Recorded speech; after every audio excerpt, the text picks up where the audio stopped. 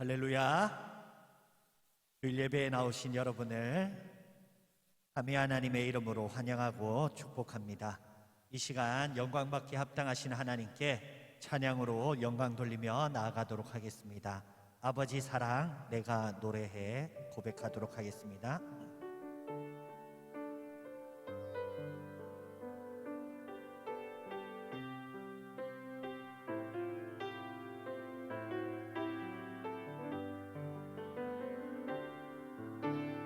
아버지 사랑 내가 노래해, 아버지 은혜 내가 노래해. 그 사랑 변함없으신 거짓 없으신 성실하신 그 사랑, 상한 갈 때 꺾지 않으시는 꺼져가는 등불 끄지 않는 그 사랑 변함없으신 거짓 없으신 성실하신 그 사랑,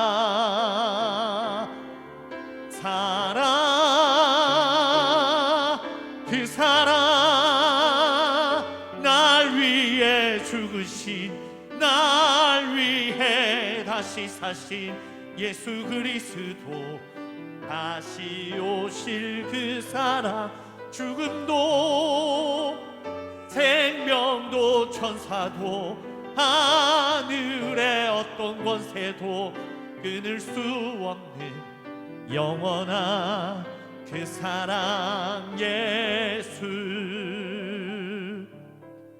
아버지 사랑 내가 노래해,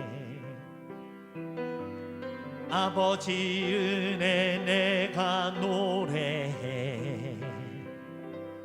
그 사랑 변함없으신 거짓 없으신 신실하신 그 사랑, 상한 갈 때 꺾지 않으시는 꺼져가는 등불 끄지 않는 그 사랑 변함없으신 거짓 없으신 성실하신 그 사랑,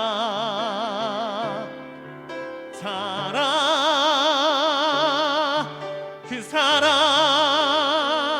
날 위해 죽으신, 날 위해 다시 사신 예수 그리스도, 다시 오실 그 사랑, 죽음도 생명도 천사도 하늘의 어떤 권세도 끊을 수 없는 영원한 그 사랑 예수. 그 사랑, 그 사랑 날 위해 죽으신, 날 위해 다시 사신 예수 그리스도, 다시 오실 그 사랑, 죽음도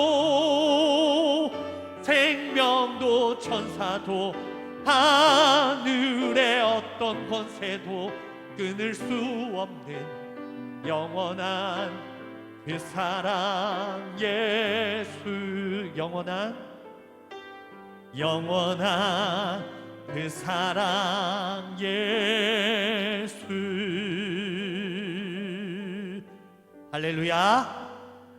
아멘. 우리 시간 찬송가 305장 나 같은 죄인 살리신 주 은혜에 놀라워 고백하도록 하겠습니다.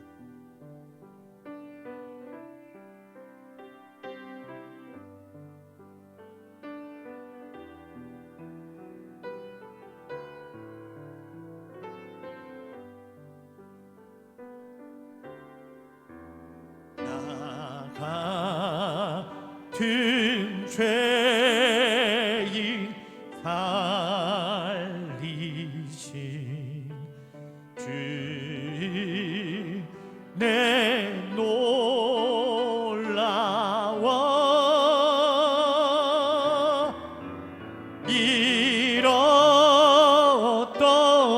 생명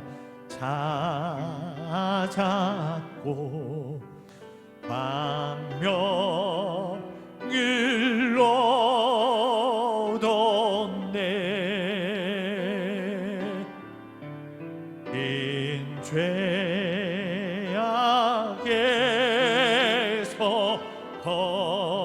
건지신 주님 내 고마워.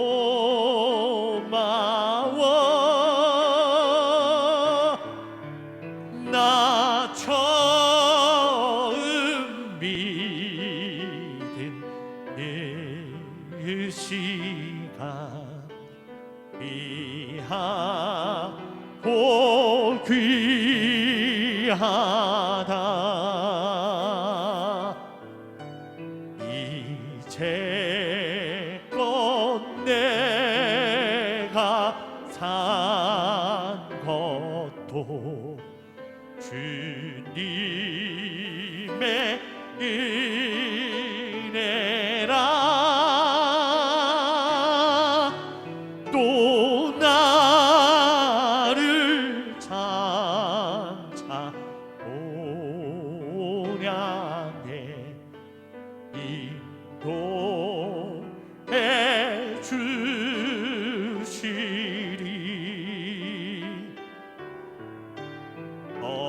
거기서 우리 영원히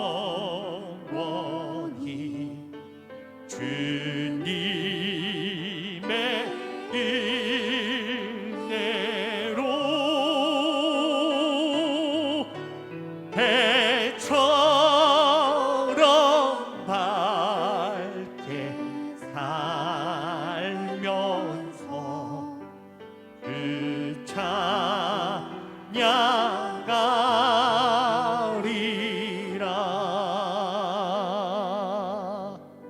할렐루야.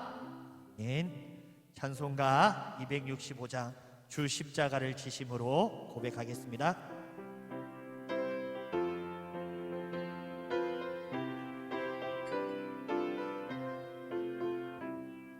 주 십자가를 지심으로 죄인을 무소하셨으니 그 피를 보고 믿는 자는 주님의 진노 면하겠네. 내가 그 피를 유월절 그 양의 피를 볼 때에 내가 널 넘어서 가리라. 흉악한 죄인 괴수라도 예수는 능히 구원하네. 온몸을 피에 담글 때에 주님의 진노 면하겠네. 내가 그 피를 유월절 그 양의 피를 볼 때에 내가 널 넘어서 가리라. 심판할 때에 모든 백성 행한 일대로 보응받네. 주님의 피로 죄 씻으면 주님의 진노 면하겠네.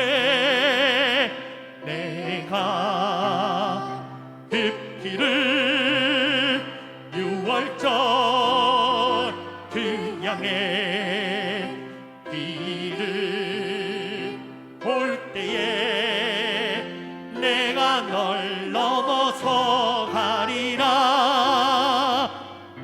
구주의 사랑 크신 은혜 보혈의 능력 의지하세. 심판의 불이 내릴 때에 주님의 진노 면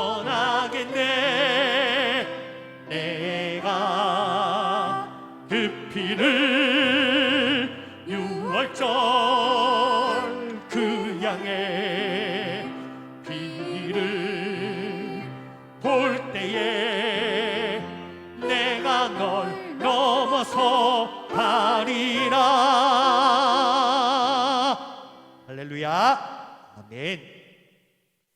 이 시간 마음을 모아 왕이신 나의 하나님 고백하도록 하겠습니다.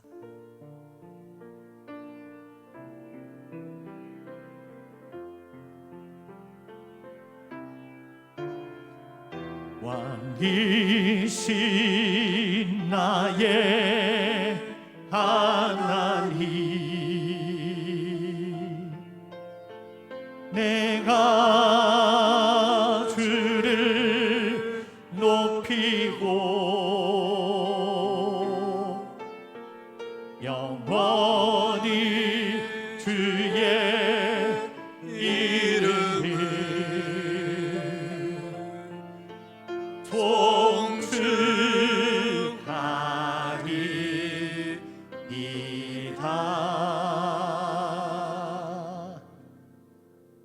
왕이신 하나님께 기도함으로 나아갑니다.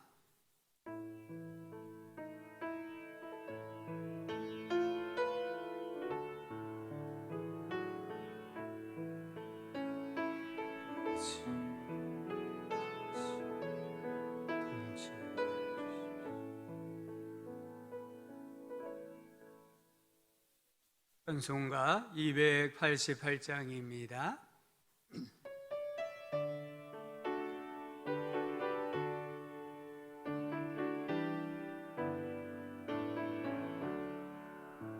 예수를 나의 구주 삼고 성령과 피로써 거듭나니 이 세상에서 내 영혼이 하늘의 영광 누리도다. 이것이 나의 간증이요, 이것이 나의 찬송일세.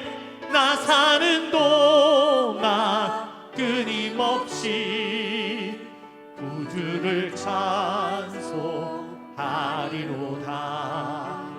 온전히 주께 맡긴 내 영, 사랑의 음성을 듣는 중에 천사들 왕래하는 것과 하늘의 영광 보리로다. 이것이 나의 간증이요, 이것이 나의 찬송일세. 나 사는 동안 끊임없이 구주를 찬송하리로다. 주 안에 기쁨 누림으로 마음의 풍랑이 잔잔하니 세상과 나는 간 곳 없고 구속한 주나 보이도다. 이것이 나의 간증이요, 이것이 나의 찬송일세.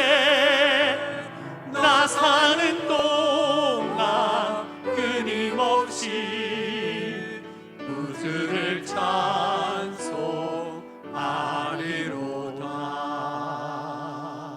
아멘. 사도신경으로 우리 신앙을 고백하겠습니다. 나는 전능하신 아버지 하나님 천지의 창조주를 믿습니다. 나는 그의 유일하신 아들 우리 주 예수 그리스도를 믿습니다. 그는 성령으로 잉태되어 동정녀 마리아에게서 나시고 본디오 빌라도에게 고난을 받아 십자가에 못 박혀 죽으시고 장사된 지 사흘 만에 죽은 자 가운데서 다시 살아나셨으며 하늘에 오르시어 전능하신 아버지 하나님 우편에 앉아 계시다가 거기로부터 살아있는 자와 죽은 자를 심판하러 오십니다. 나는 성령을 믿으며 거룩한 공교회와 성도의 교제와 죄를 용서받는 것과 몸의 부활과 영생을 믿습니다. 아멘. 전종수 장로님 예배를 위해 기도하시겠습니다.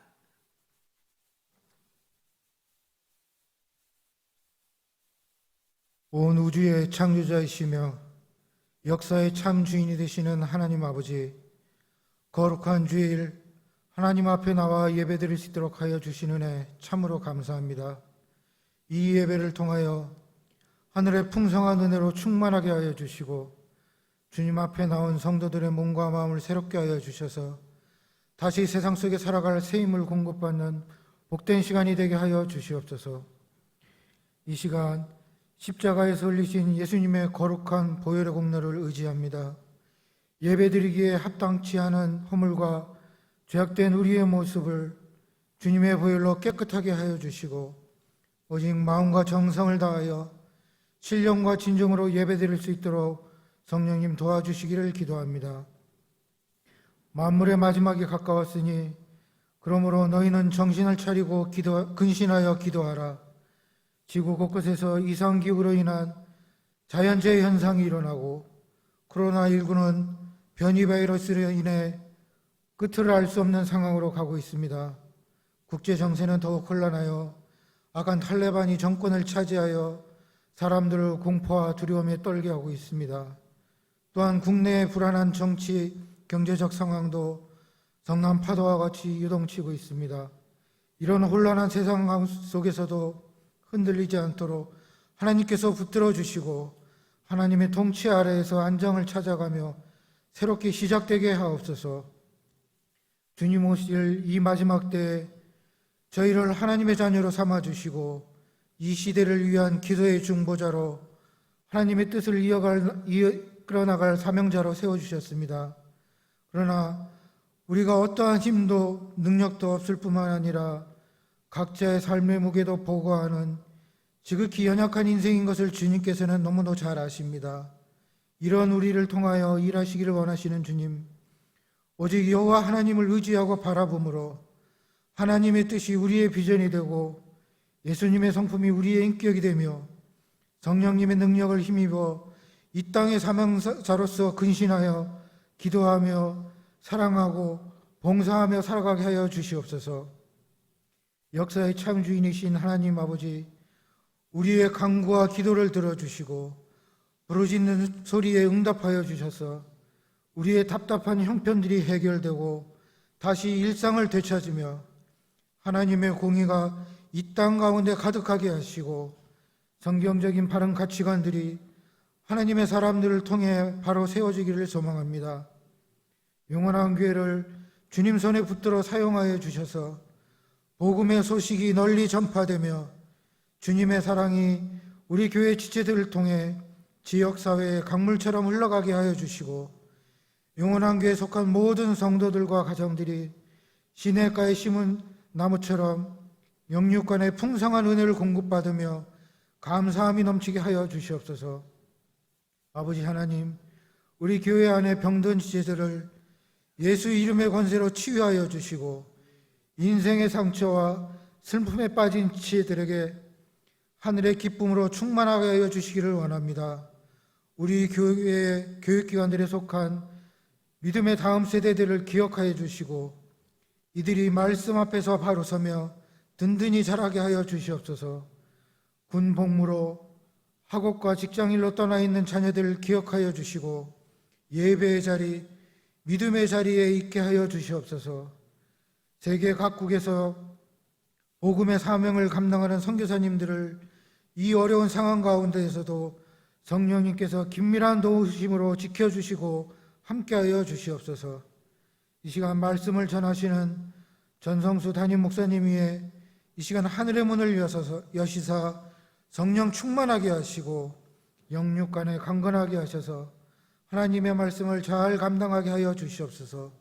듣는 우리들의 마음을 엎드럽게 하여 주셔서 말씀을 우리 마음밭에 잘 받아 30배, 60배, 100배의 열매를 맺게 하여 주시옵소서.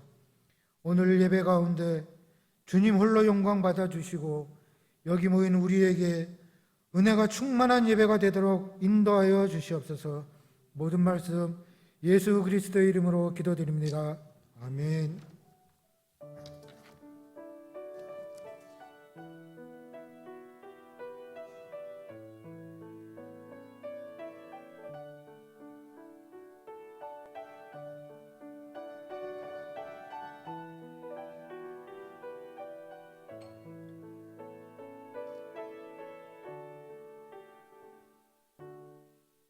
찬송가 264장 정결하게 하는 셈이 1절, 2절, 5절입니다.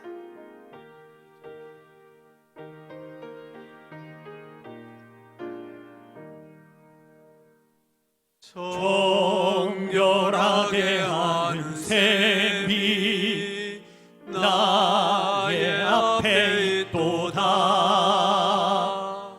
성령께서 공모하심 죄 씻으라 하시네. 찬양하리 찬양하리 죽임당한 어린 양. 주께 영광 돌리어라. 우리 죄를 씻어주셨네. 나의 가는 길을 좁고 내 뜻대로 안 돼도 모든 욕심 놔버리고 주만 따라가겠네.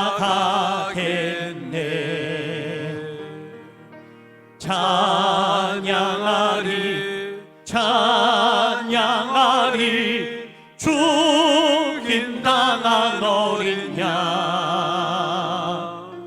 주께 영광 돌리어라.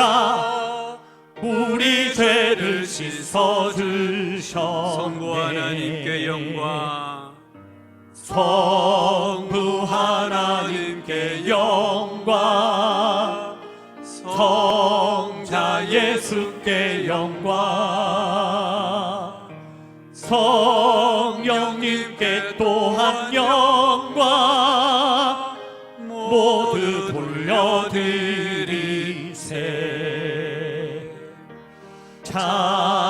찬양하리 찬양하리 죽임당한 어린 양.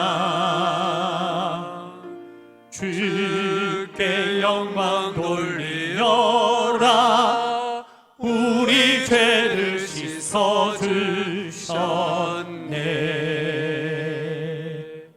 아멘. 오늘 우리에게 주시는 하나님의 말씀은 마태복음 7장 24절입니다.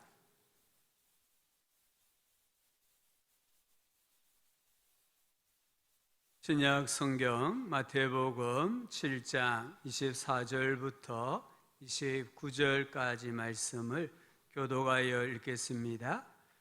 그러므로 누구든지 나의 이 말을 듣고 행하는 자는 그 집을 반석 위에 지은 지혜로운 사람 같으리니 비가 내리고 창수가 나고 바람이 불어 그 집에 무너지지 아니하나니 석 위에 놓은 까닭이요. 나의 이 말을 듣고 행하지 아니하는 자는 그 집을 모래 위에 지은 어리석은 사람 같으리니 비가 내리고 창수가 나고 바람이 불어 그 집에 무너져 그 무너짐이 심하니. 예수께서 이 말씀을 마치심에 무리들이 그의 가르치심에 놀라니 그 가르치시는 것이 권위 있는 자와 같고 그들의 서기관과 같지 아멘. 한 주 동안 우리 주님 안에서 평안하셨습니까? 성경에는 많은 인물들이 나옵니다. 어떤 인물을 좋아하고 어떤 인물을 존경하시나요? 저는 이 성경을 읽으면서 많은 인물들 중에 특별히 몇몇 분들에게는 참 경의를 표합니다. 그 중에 한 사람이 에녹입니다. 에녹은 창세기 5장 24절을 보니까 에녹이 하나님과 동행하더니 하나님이 그를 데려가심으로 세상에 있지 아니하였더라. 여기 동행했다고 하잖아요. 에녹은 365세까지 살았는데 300년 정도를 하나님과 동행을 했다고 했습니다. 사실 우리는 한 60, 70년 예수 믿는 것도 많이 힘들어할 때가 있잖아요. 그런데 에녹은 300년 넘게 하나님과 동행함으로 천국에 갔다라고 합니다. 또 한 분은 우리 예수님이죠. 예수님께서는 십자가상에서 다 이루었다 말씀하시고 운명하셨습니다. 역사에 존재했던 인물 중에 누가 다 이루었다 이 말을 하고 운명을 했을까요? 예수님 한 분밖에 없습니다. 그리고 사도 바울입니다. 디모데후서 4장 6절부터 8절을 보면 나의 떠날 시각이 가까웠도다. 이 말은 임종할 때가 되었다. 천국 갈 때가 되었다. 이 말이에요. 나는 선한 싸움을 싸우고 나의 달려갈 길을 마치고 믿음을 지켰으니 이제후로는 나를 위하여 의의 면류관이 예비되었으므로 주 곧 의로우신 재판장이 그날에 내게 주실 것이며 내게만 아니라 주의 나타나심을 사모하는 모든 자에게 도니라. 예수 안에서 죽는 것도 큰 복입니다. 근데 자기가 언제쯤 죽을 것 같다, 하나님이 언제쯤 천국으로 부르실 것 같다 느낄 수 있다고 한다면 또 큰 복이에요. 사도 바울은 또한 자기 인생을 후회 없이 살았다라고 하잖아요. 죽음 이후에 천국에 가면 예수님이 의의 면류관 씌워주실 것이라는 상급도 확신했잖아요. 그리고 자기의 임종을 지켜볼 제자들에게, 교회와 성도들에게 너희들에게도 의의 면류관이 준비되어 있다. 꿈과 비전을 심어주는 사도 바울을 볼 수 있습니다. 여기 에녹과 예수님, 바울에게는 공통점이 하나 있습니다. 좁은 길을 완주했다는 것입니다. 하나님께서 걸어가기를 기대하시고 원하셨던 그 길을 한치도 어그러짐 없이 완주를 했습니다. 예수님은 우리들에게도 좁은 길을 완주하라고 말씀합니다. 히브리서 기자는 인내로서 우리 앞에 당한 경주를 하며 했습니다. 우리가 인내하면서 좁은 길, 주어진 일생을 완주해야 된다라고 말씀하고 있습니다. 오늘 예수님께서는 좁은 길을 완주하기 위해 집을 반석 위에 지으라고 하셨습니다. 물론 이 반석은 예수님 또는 예수님의 말씀입니다. 누가는 이 말씀을 좀 더 풀어서 누가복음 6장 48절을 보니까 집을 짓되 깊이 파고 주축, 기초를 반석 위에 놓아라 했습니다. 이 깊이 파라고 했습니다. 바위 깊이 파내려가서 맨 밑바닥에서부터 기초를 놓고 믿음의 집, 인생의 집을 지어라 했습니다. 사도 바울은 조금 더 구체적으로 설명하기를 골로새서 2장 6절과 7절을 보니까 그리스도 예수를 주로 받았으니 그 안에서 행하되 그 안에 뿌리를 박으며 세움을 받아 교훈을 받은 대로 믿음에 굳게 서서 감사함을 넘치게 하라. 바울은 식물이 땅속 깊이 뿌리를 내리는 것처럼 우리 성도들에게 반석이신 예수님, 예수님의 가르침에 뿌리를 내리고 그 위에 집을 지어라라고 말씀을 했습니다. 어떻게 우리가 이 반석을 깊이 팔 수 있을까요? 어떻게 우리가 반석의 믿음의 집, 인생의 집의 기초를 놓고 집을 지을 수가 있을까요? 오늘 우리가 생각하고자 합니다. 첫 번째는요, 나는 누구인가를 알고 이 집을 지어야 돼요. 우리 성도님들은 누구십니까? 여러분들은 누구라고 정의를 내리십니까? 요한복음 1장 12절에 영접하는 자, 곧 그 이름을 믿는 자들에게는 하나님의 자녀가 되는 권세를 주셨나니. 우리는 누구라고요? 우리는 하나님의 자녀라는 것이에요.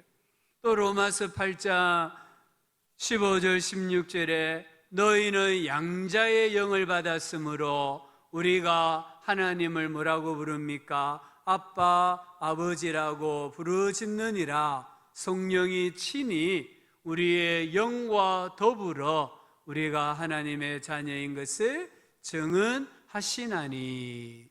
예수님을 신앙한다는 것은요, 내가 하나님의 자녀로 입양이 되고 하나님을 아버지로 부르고 섬기고 사는 것을 의미합니다. 여러분은 누구라고 생각을 하십니까? 자신이 누구인가를 알면은 사는 방법이 달라집니다.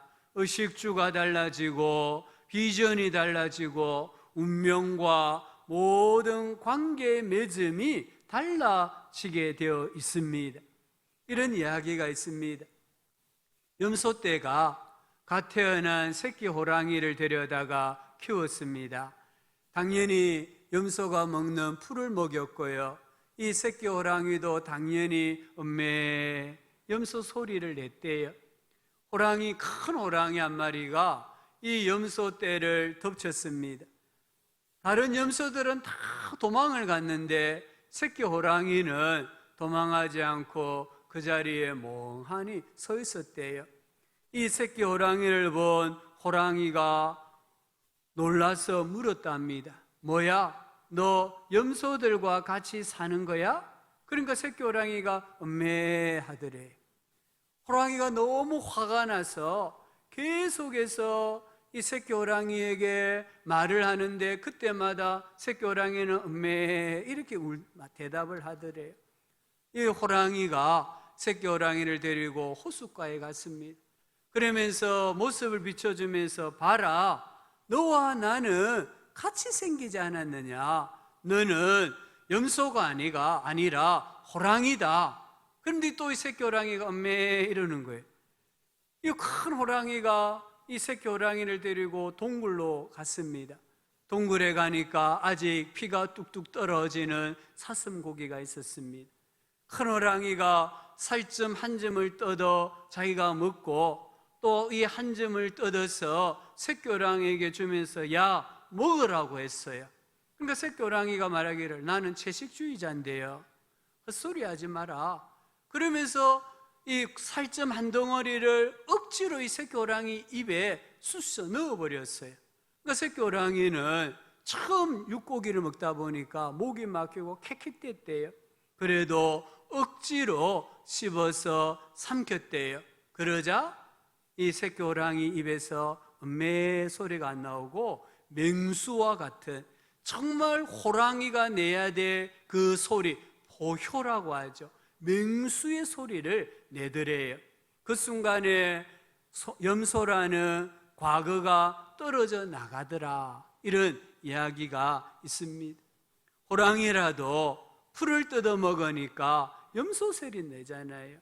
고기 덩어리 집어 삼켰을 때에 호랑이가 맹수와 같은 본래의 자기의 소리를 내는 거예요. 우리가 먹는 게 참 중요합니다.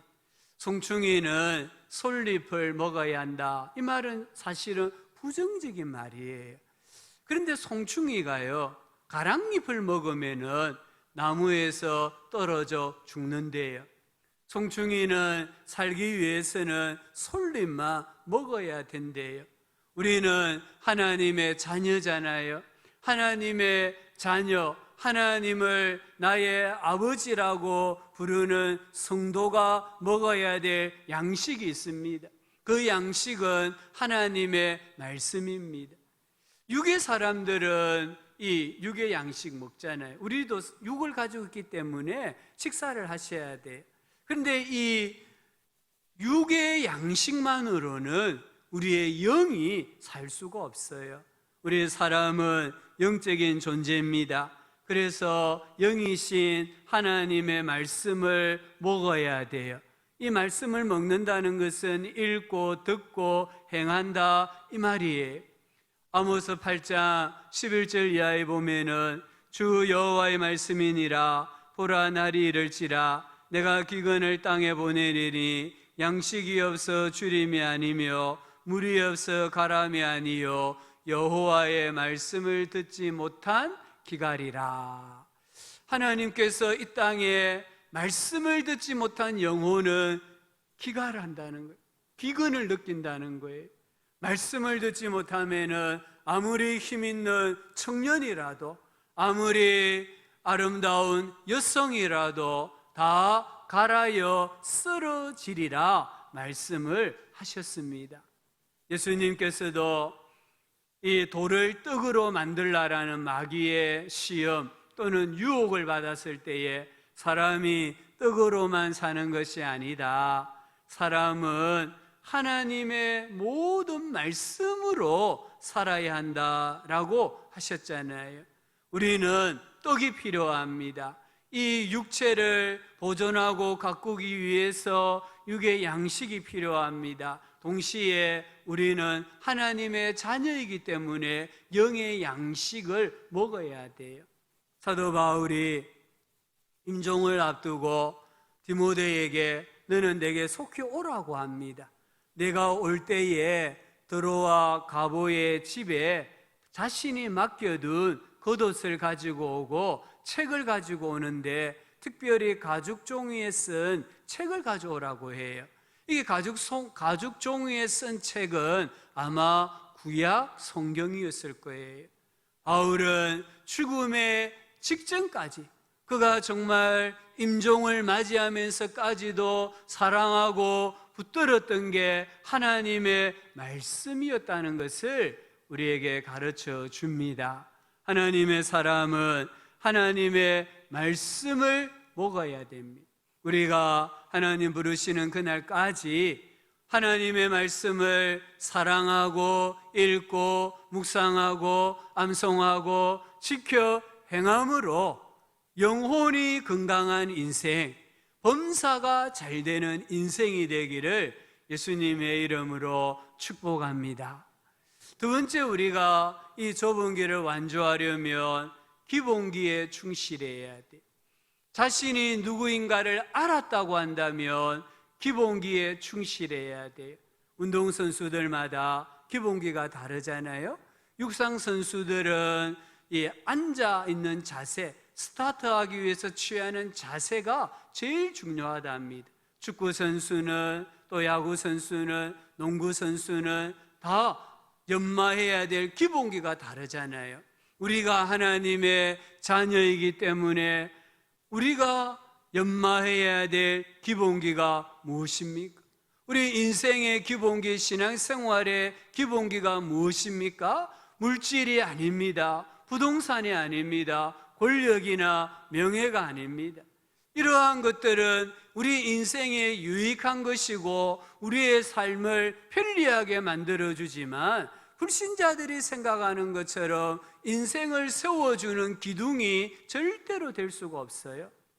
우리 인생의 기본기, 내 인생을 세워주는 것은 하나님 말씀하셨습니다. 항상 기뻐하라, 쉬지 말고 기도하라, 범사에 감사하라 하셨습니다. 여기 기쁨과 기도와 감사가 하나님의 자녀가 끊임없이 연마해야 될 기본기라는 것이에요. 이런 기본기를 잘 갖추면 우리가 이 좁은 길을 완주할 수 있습니다. 불평과 원망으로는 좁은 길을 완주할 수 없다는 것을 꼭 붙드셔야 합니다. 유진 오닐이라는 분이 나사로가 웃었다라는 작품을 썼습니다. 요한복음 11장에 죽었다 살아난 나사로가 나오잖아요. 이 나사로의 이야기를 이분이 좀 상상력을 가미해 가지고 작품을 썼어요. 죽음과 천국과 부활을 경험한 나사로는 어떻게 살았을까? 나름대로 이분이 상상하면서 작품을 그렸는데, 나사로는 모든 일을 웃음으로 대했다라고 그가 묘사를 합니다. 정말 이 죽음과 천국과 부활을 경험하고 보니까 땅에서 일어나는 일들이 전부 시시해 보여서 허허 웃어 넘겼다는 거예요. 나사로는 사람들이 비난해도 껄껄 웃고 재산의 손해를 봐도 허허 웃어 넘겼다고 합니다. 나사로는 아프고 힘든 날을 보내도 허허 웃었대요. 나사로는 웃고 또 웃었다라고 이 작품에 묘사하고 있습니다. 만약에 우리가 이 나사로에게 별명을 붙여줄 수 있다고 한다면 아마 미스터 허허, 미스터 감사합니다, 미스터 괜찮습니다, 이렇게 붙여줄 수 있을 거예요. 우리는 어떤 존재입니까? 오늘 우리는 영적으로 죽음과 천국과 부활을 경험하고 살아가는 영적 나사로와 같은 존재입니다. 우리 역시 영적으로 죽었다가 살아났잖아요. 우리 역시 천국을 보았잖아요.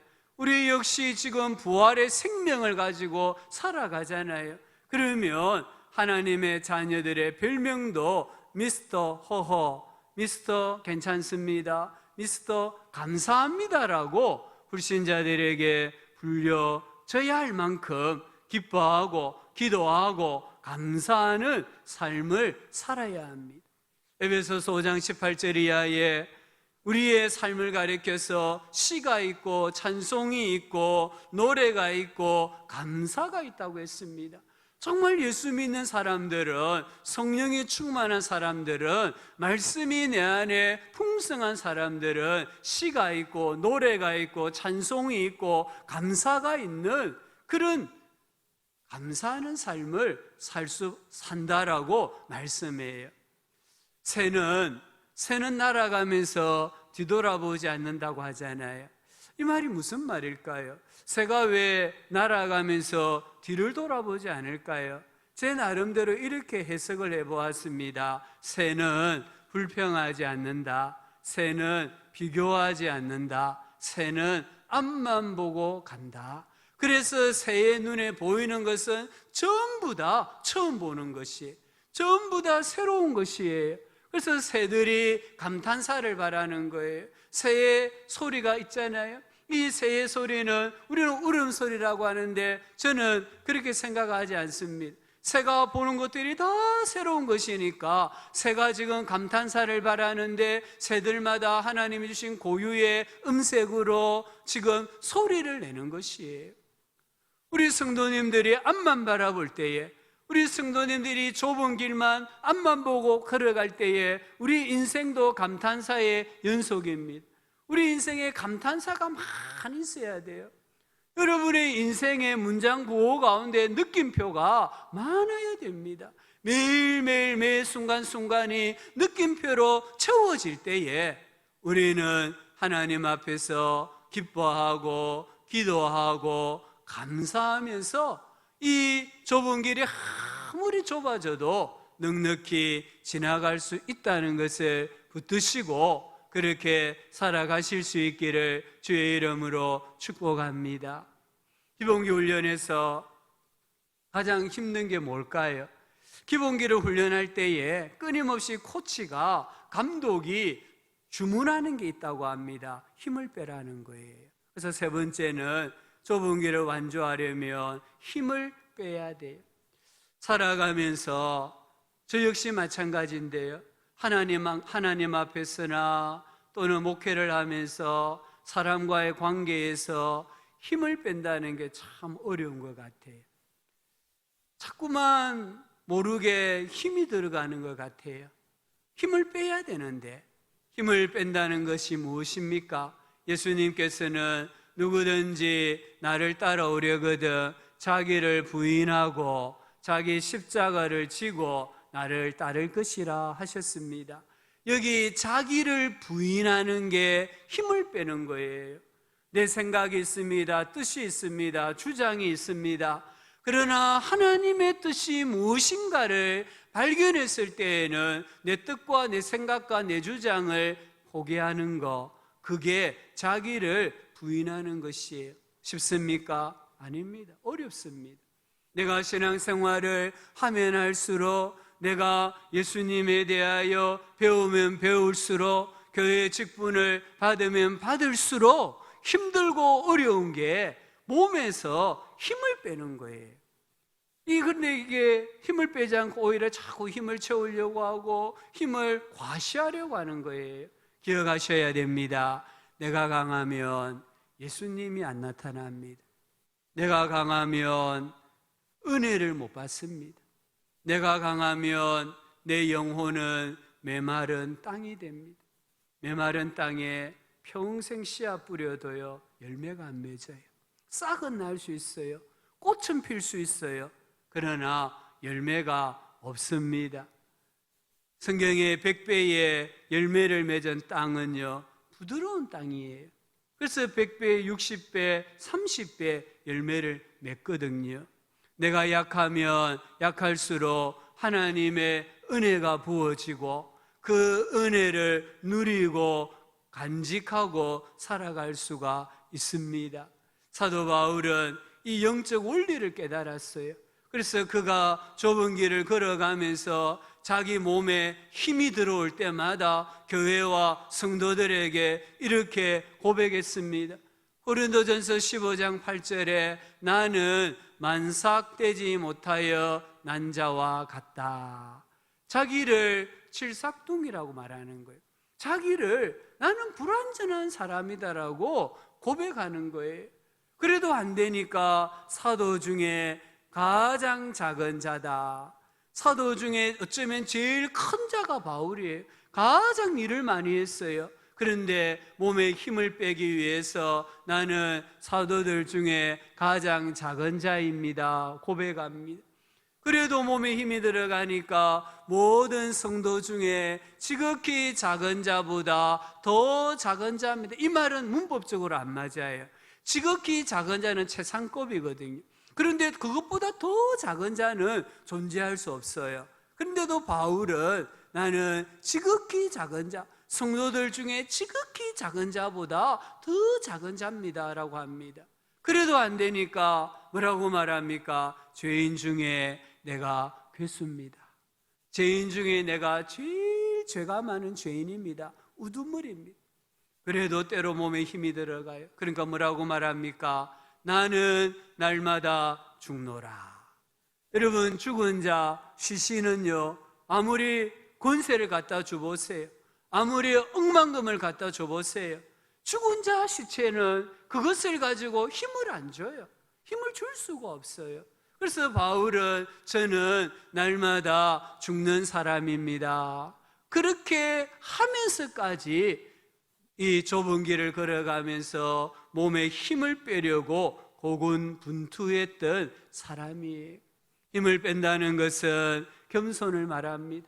하나님은 교만한 자는 물리치시고 겸손한 자에게는 은혜를 주세요. 하나님은 교만한 사람은 넘어지게 하시고요, 겸손한 사람에게는 종기를 주신다는 것을 꼭 붙드시기를 주의 이름으로 축복합니다. 이 힘을 뺀다는 게 뭡니까? 힘을 뺀다는 것은 물과 같아지는 것을 말합니다. 우리 기억하셔야 됩니다. 좁은 길을 걸어가면 걸어갈수록, 예수님을 알면 알수록, 기도하면 기도할수록, 교회 직분을 받으면 받을수록 그 길은 더 좁고 협착해져요. 근데 이 좁고 협착한 길을 내가 그냥 지나가려고 하니까 얼마나 힘이 들어요. 어쩌면 그 길은 나중에 가보면은 바늘 구멍과 같아질 수 있어요. 물은요, 이 바늘 구멍도 통과하잖아요. 물은 바늘 구멍보다 더 작은 구멍도, 틈도 통과하잖아요. 우리 성도님들이 정말 힘을 빼고 물과 같아질 때에 우리는 좁은 길, 바늘 구멍과 같은 길이라 할지라도 통과할 수 있다는 것을 알아야 됩니다. 힘을 빼면 승리하게 되어 있습니다. 제가 지난 주간에 국기원 공인 태권도 구단인 한 분을 만나서 이야기를 좀 나누었습니다. 이분은 오랜 시간 동안에 태권도 도장을 운영하시고 관장으로 사범으로 많은 제자들을 이 아시안게임 금메달도 이렇게 따게 만드는 이 태권도에 아주 해맑은 지식이 있고 실력이 있는 분이더라고요. 근데 이분이 자기 경험을 이야기하더라고요. 자기가 하동에서도 태권도 도장을 했대요. 하동에서 할 때에 선수들이 결승전까지는 그냥 올라가더래요. 잘 올라가더래요. 근데 결승전 올라가서는 다 지더라는 거예요. 하동에서 할 때는 한 번도 제자가 어디 뭐 대회 나가서 1등을 한다든지 금메달을 못 따더래요. 그래서 이분이 이제 남해로 가서 태권도 도장을 하셨대요. 근데 이 남해에서는 똑같이 가르쳤는데 선수들이 결승전에 올라가고 올라갔다고 하면은 1등 금메달을 차지하더라는 거예요. 그래서 절반 이상의 금메달을 자기 이 태권도 도장이 휩쓸었다 하더라고요. 그러면서 이분이 왜 내가 하동에서는 금메달을 1등을 못 만들었을까? 남해에서는 왜 이렇게 1등이 많이 나올까? 나름대로 연구를 해봤대요. 그러니까 이분 말입니다. 하동은 육지잖아요. 그래서 선수들에게 뭐 육고기를 많이 먹였대요. 소고기, 돼지고기. 그래서 이 선수들이 힘은 있는데 결승전 올라가니까 유연성이 없는 거예요. 스피드가 떨어지는 거예요. 그래서 상대방 선수들에게 맞고 쓰러지고 지더라는 거예요. 네, 남해에 가서는, 남해는 바다잖아요. 섬이잖아요. 그래서 생선을 먹였대요. 돈이 없으면은 진짜 조개탕이라도 끓여서 먹였대요. 그런데 이 선수들이 결승전 올라가면 1등을 하는 거예요. 금메달을 차지하는 거예요. 그래서 이분이 말씀하시기를 육고기를 먹이니까 힘은 있는데 유연성이 없대요. 스피드가 없대요. 근데 바다에서 나는 것을 먹이니까 힘은 좀 부족해도 유연성이 있고 스피드가 있으니까 금메달을 따고 1등을 하더라는 거예요. 제가 지금 말씀드리고자 하는 것은 뭐 육고기, 회 이게 아니라 우리가 이 좁은 길을 걸어가려고 하면 힘보다는 유연성이 있어야 됩니다. 스피드가 있어야 됩니다. 장애물을 만났을 때에 내가 가진 힘으로 부수면 길은 막혀버려요. 좁은 길이 막히잖아요. 그런데 그때에 영적인 유연성과 스피드를 가지고 그 장애물을 넘어가고 비켜가면은 좁은 길을 완주할 수 있다라는 교훈을 제 나름대로 받았습니다. 우리가 이 좁은 길을 걸어가면서 힘을 빼야 됩니다. 힘을 잘 빼면 어떤 고난과 역경도 지나갈 수가 있습니다. 네 번째는 우리가 어떻게 이 좁은 길을 완주할 수 있을까요? 독수리의 시력을 가져야 돼요. 이 독수리의 시력은 6.0에서 8.0이라고 합니다. 우리 사람의 시력보다 8배 더 멀리 본다고 합니다. 무려 상공 1.6km에서 땅 위에 토끼가 움직이는 것을 포착하고 낚아챌 수 있는 새가 독수리라고 해요. 이 독수리, 성경에도 보면 욥기에 멀리 보는 새라고 했거든요. 우리 성도님들이 좁은 길을 걸어가면서 끝을 볼 수 있어야 돼요. 종착지를 볼 수 있어야 돼요. 천국을 볼 수 있어야 돼요. 왜 우리에게 시험이 옵니까? 고난이 있습니까? 환난과 역경이 있습니까? 좁은 길을 중도 포기시키기 위한 사탄의 장난들이잖아요. 그럴 때마다 멀리 보셔야 돼요. 독수리의 시력으로 이 좁은 길의 끝을 보아야 돼요. 요셉이 성적인 유혹을 받았을 때에 내가 어찌 이 큰 악을 행하여 하늘에 계시는 하나님께 죄를 범하리까? 요셉은 늘 하늘을 쳐다보았다는 거예요. 서대반 집사님이 유대 군중들의 돌에 맞아 순교할 때에 눈을 들어 하늘을 보았잖아요. 그러니까 하늘문이 열리고요, 천국이 보이는데 예수님께서 보좌 우편에 서 계시잖아요. 천국을 보았을 때에 자기를 돌로 쳐 죽이는 유대 군중들을 하나님 아버지 용서해 주세요라고 기도하고 순교하는데 그 모습을 잠을 자는 것 같더라, 이렇게 표현을 하고 있습니다. 히브리서 11장 13절 이하에도 이 사람들은, 즉 믿음의 사람들은 다 믿음을 따라 죽었으며 약속을 받지 못하였으되 그것들을 어디서 보고요? 멀리서 보고, 멀리서 보았다는 거예요. 환영하며 그들이 나온 바 본향을 생각하였더라면 돌아갈 기회가 있었으려니와 그들이 이제는 더 나은 본향을 사모하니 곧 하늘에 있는 것이라. 하늘을 쳐다보니까 좁은 길을 완주할 수 있다, 이 말입니다. 우리 성도님들, 매일매일 하늘을 바라보세요.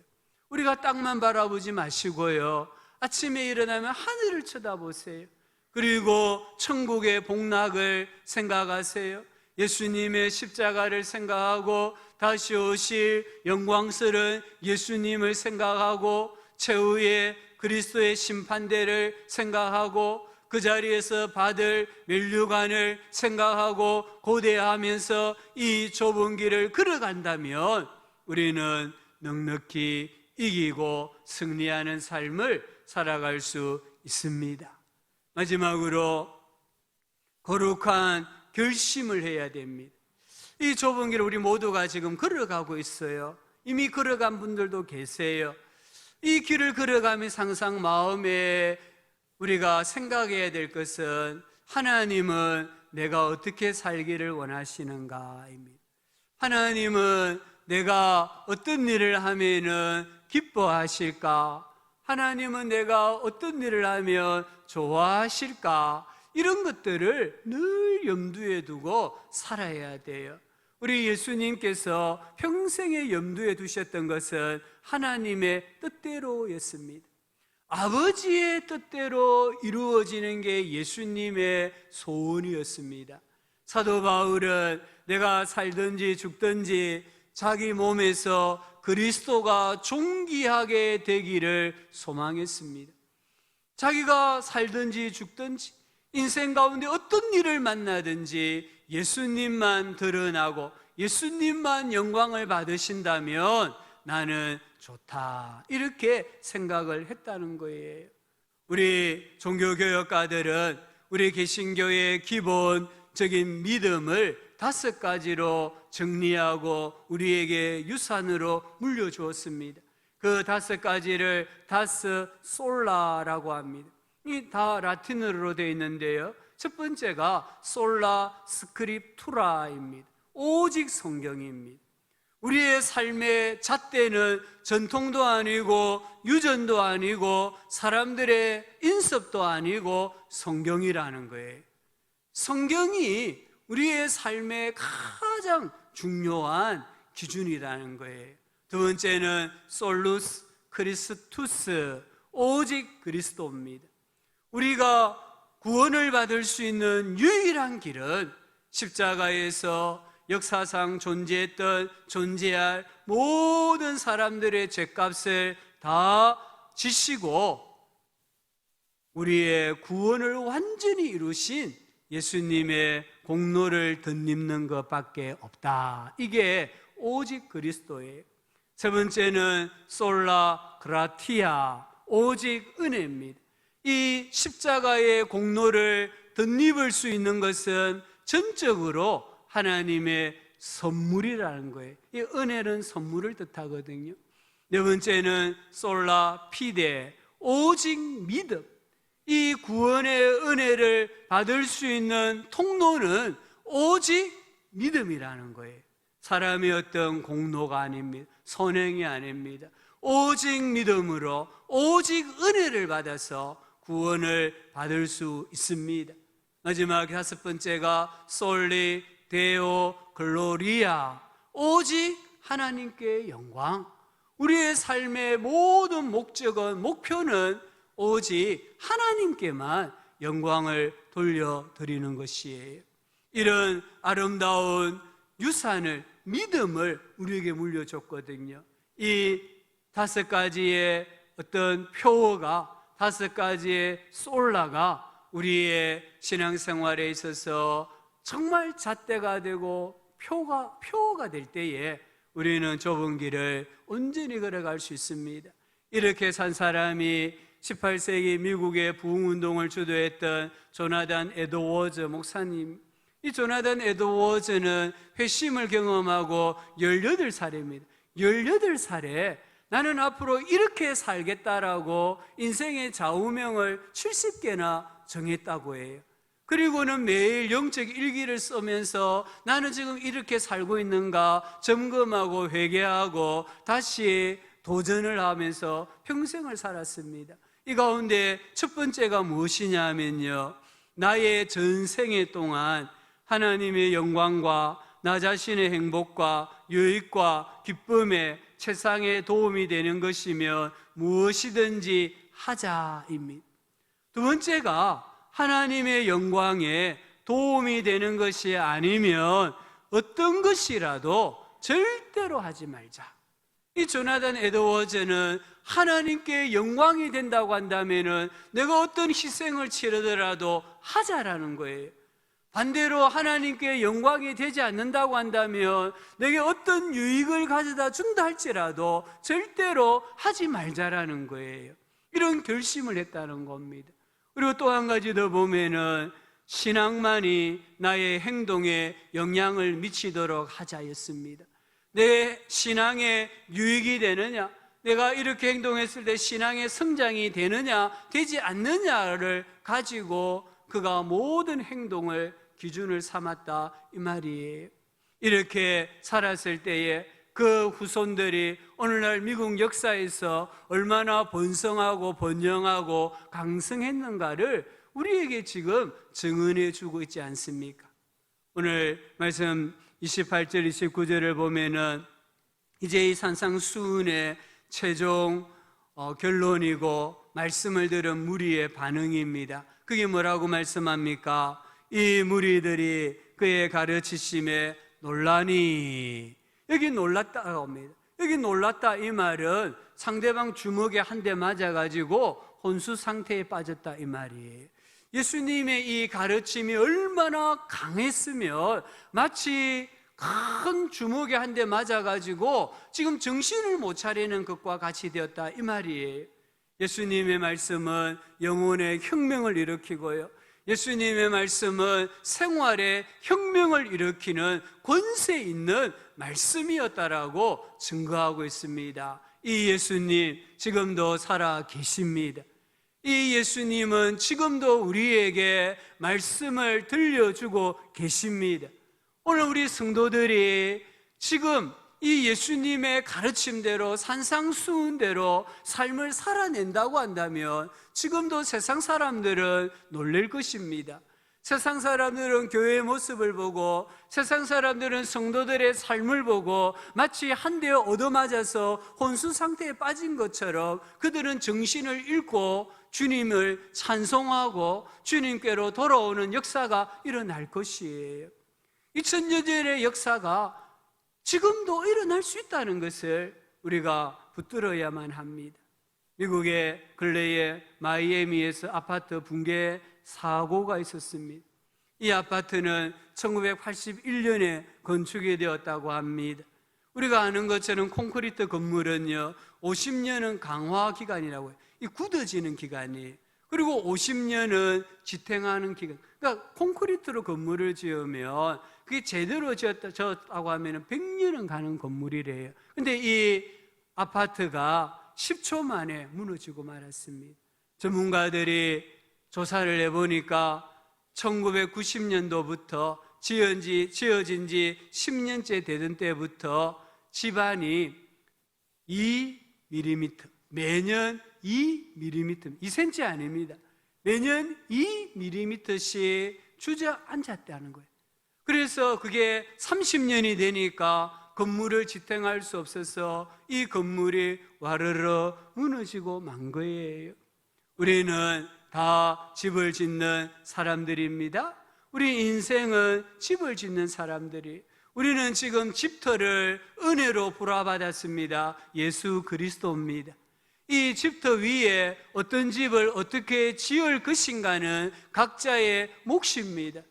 내가 정말 지혜로운 건축가가 될 것인가, 어리석은 건축가가 될 것인가는 각자의 몫이라는 거예요. 바라기는 우리 모두가 예수님의 인격과 삶과 가르침을 듣고 지켜 행함으로 이 천국 순례자의 길에서 아무도 중도 포기하지 않기를 바라고요, 완주하시기를 바라고요.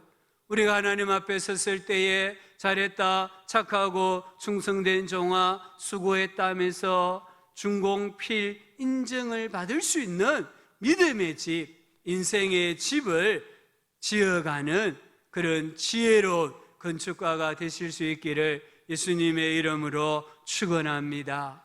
아버지 하나님, 은혜로 좁은 길 들어서게 해주신 것 감사합니다. 은혜로 집 지을 수 있는 터, 예수님을 주신 것 감사합니다. 이제 이 터 위에 믿음의 집을 잘 짓고 이 좁은 길을 완주할 수 있는 은혜를 허락해 주시옵소서. 예수님의 이름으로 기도합니다. 아멘. 우리 말씀을 생각하면서요, 복음송 가운데 주님 다시 오실 때까지 우리 후렴의 되돌이표 없이 한번 같이 불러봅시다. 주님 다시 오실 때까지, 주님 다시 오실 때까지 나는 이 길을 가리라. 좁은 길, 좁은 길 나의 십자가 지고, 나의 십자가 지고 나의 가는 이 길 끝에서 나는 주님을 보리라. 영광의 내 주님 나를 맞아 주시리. 주님 다시 오실 때까지, 주님 다시 오실 때까지 나는 일어나 달려가리라. 주의 영광 온 땅 덮을 때 나는 일어나 노래하리. 내 사모하는 주님, 내 사모하는 주님, 온 세상 구주시라. 온 세상 구주시라. 내 사모하는 주님, 내 사모하는 주님, 영광의 왕이시라. 영광의 왕이시라. 아멘. 우리 시간에 말씀을 생각하면서 한 1분 정도 기도했으면 좋겠습니다. 좁은 길을 완주할 수 있도록 하나님 성령으로 도와주세요. 모든 시험과 유혹을 이기게 해달라고 기도하시고요, 더불어서 우리 아프가니스탄 우리 장로님 대표 기도도 하셨지만 저 땅에 하나님이 평화를 주시고 지금 남겨져 있는 선교사들, 기독교 신자들, 또 참 여성이라는 것 때문에 총살당하는 그 여성들, 어린아이들 인권과 생명을 지켜주시고 아프가니스탄의 민주국가가 속히 들어설 수 있도록 우리 한 1분 정도 합심해서 기도하겠습니다. 하나님 아버지 하나님, 우리로 하여금 이 좁은 길을 완주할 수 있도록 성령님 도와주십시오. 성령 충만하게 하여 주시고 그 그리스도의 말씀이 우리 안에 풍성히 거하게 하여 주셔서 아버지 하나님 모든 시험과 유혹을 이기게 하시고 주님을 바라보고 주여 이 길을 걸어가게 하여 주시옵소서. 아버지 저 아프가니스탄을 긍휼히 여겨 주시옵소서. 아버지 미군이 철수함으로 너무나 많은 혼란이 있습니다. 남겨진 선교사들 또 우리 기독교 신자들 아버지 하나님이여 그 땅의 여성들 어린아이들 하나님이여 생명과 인권을 지켜보아여 주시고 무고한 생명이 살상당하는 일이 없도록 하나님이시여 간섭하여 주시옵소서.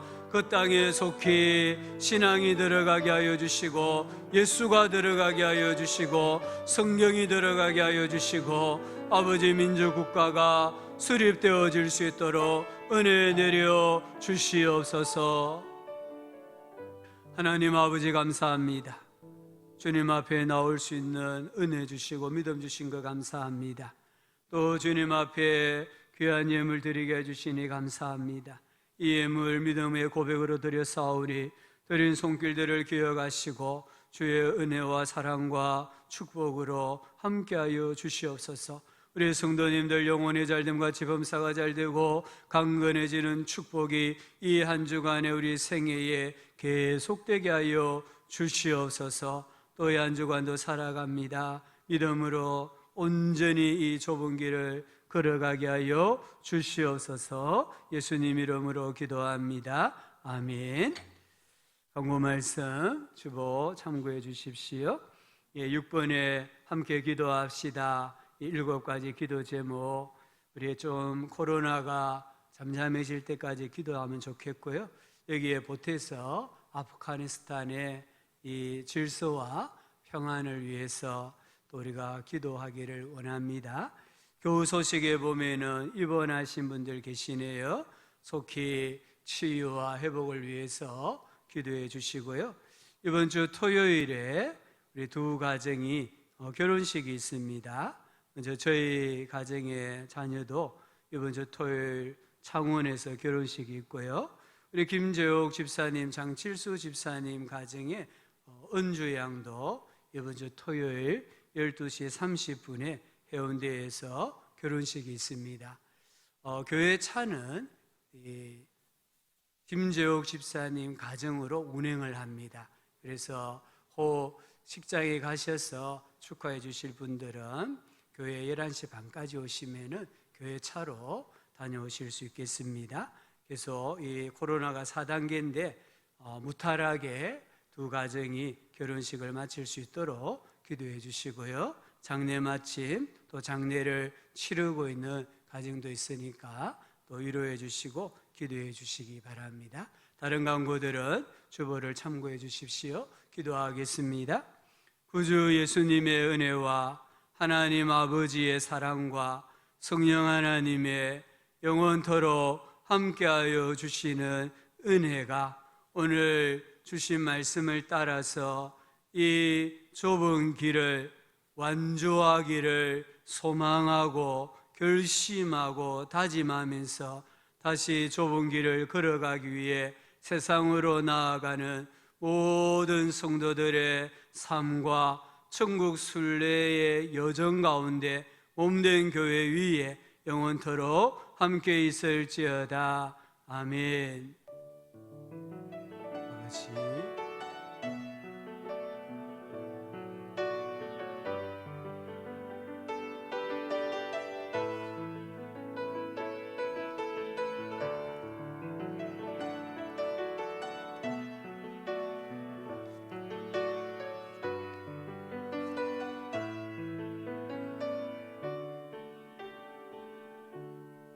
우리 배송입니다. 원하고 바라고 기도합니다. 우리 서로를 축복하면서 불렀으면 좋겠습니다.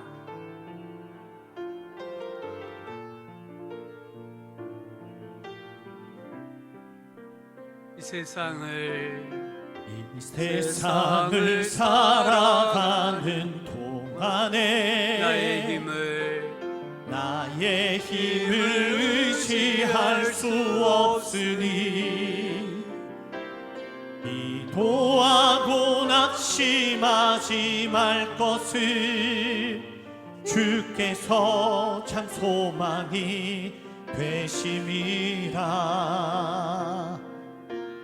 주의 길을 걸어가는 동안에 세상에 거두지할 수 없으니